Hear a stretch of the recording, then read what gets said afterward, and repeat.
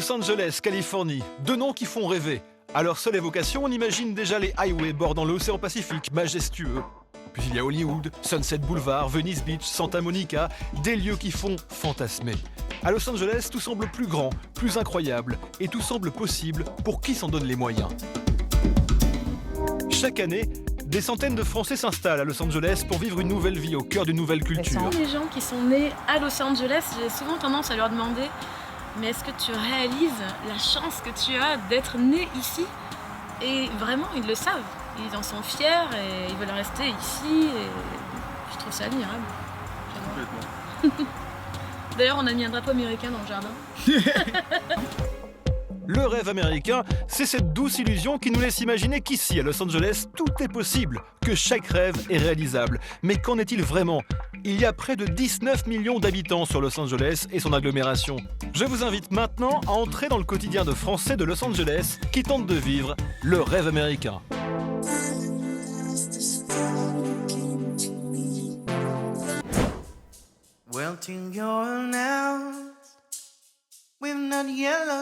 Voici Vincent et Fanny, couple à la ville comme à la scène.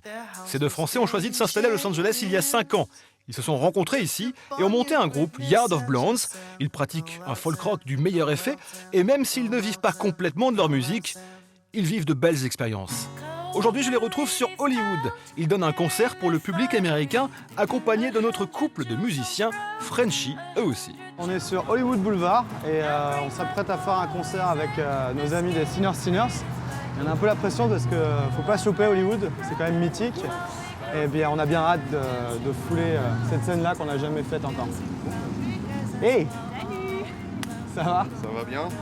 Pour ces musiciens français, jouer sur Hollywood, mais mine de rien, ça a le goût d'une certaine consécration. Salut! C'est toujours assez impressionnant parce que t'as une histoire, t'as une histoire qui remonte pratiquement au début du rock'n'roll, donc c'est quand même...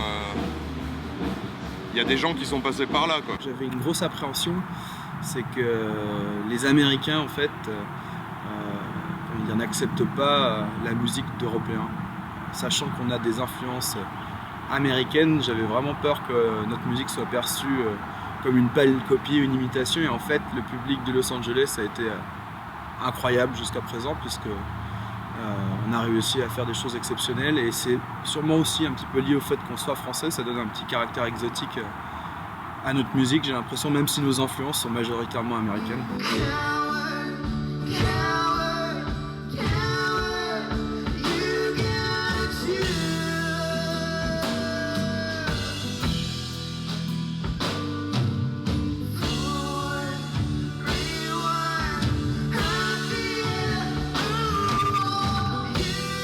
À peine leur concert hollywoodien terminé, les Yard of Blondes se rendent dans un studio d'enregistrement de la banlieue de Los Angeles.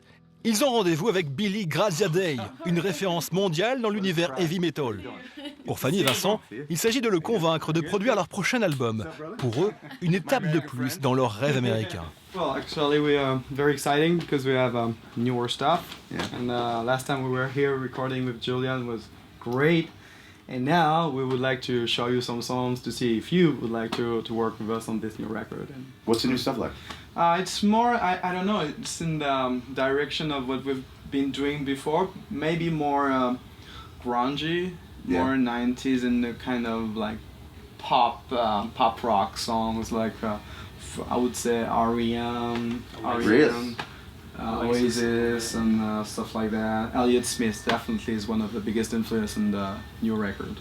That's cool. So I know it's not what you do usually, but I thought that could be interesting because our softer songs need a big kick in the ass. I'm into it. Let me hear, do you have any music? Yeah, actually I brought the guitar so we can play maybe one or two songs for you, Yeah, so you can let me hear some see stuff. the type of this. You got songs written? Like Yeah, we got like 9 songs are done, and I'm probably gonna write like a couple of more, and then we'll be ready to go. Pour Fanny et Vincent, c'est l'heure de vérité. Si Billy se montre réceptif, ils vont travailler avec lui et franchir un palier. Ici, à Los Angeles, les jeunes artistes ont plus de facilité à rencontrer les musiciens plus expérimentés. Mais attention, la chance, elle, ne passe pas deux fois. broken heart on the payphone line back in 1994. Desert station on a railroad track, breaking like a piece of chalk. Feeding grass, milking poison in the mouth of baby Jesus. Cast off from the test rose garden like he was dying of cold. Love is not easy as pie. One of the things that I've noticed about you guys, that one of the things that you don't do and what I haven't seen as an outsider is I would like to see you guys embrace more of your French culture. What about if you took the classic romantic side of the French music? And I don't know what instruments are more dominant in the history of French music, but Accordion? accordion popped in my mind. I don't know if you play accordion, but if you had, it's so easy. It's not that hard. You could start the song out that way. It gives it more of a memorable thing, and it takes it somewhere. The melodies and everything else would stay the same, but you could build it that way. Pour les jeunes Français, le rendez-vous est positif. Billy a craqué sur leur chanson, le rêve américain se poursuit. On a toujours envie de faire encore plus, encore mieux pour pouvoir rester, pour prouver au gouvernement américain qu'on mérite de pouvoir rester, d'avoir un visa, d'avoir une green card. La green card, la carte verte, c'est le Graal pour les Français expatriés. Sans elle, vous ne pouvez pas faire de projet durable aux USA. Devenir quelqu'un dans une ville où l'on n'est rien pour personne, pas toujours facile.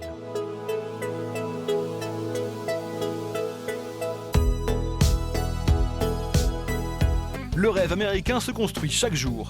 LA est une machine à rêve, une fabrique à success story. Mais attention, LA peut aussi vous broyer au moindre faux pas et ne comptez sur personne pour vous tendre la main. Ici, c'est le pays des self-made men. Ici, on est seul, loin des siens, loin de la France. Et quand on est expatrié à Los Angeles, que vous manque-t-il de la France? La nourriture. Le pain, le pâté, le saucisson. Parmi ces Français que j'ai rencontrés, certains rentreront peut-être en France. D'autres resteront dans la Cité des Anges pour toujours. Et le rêve américain deviendra alors réalité.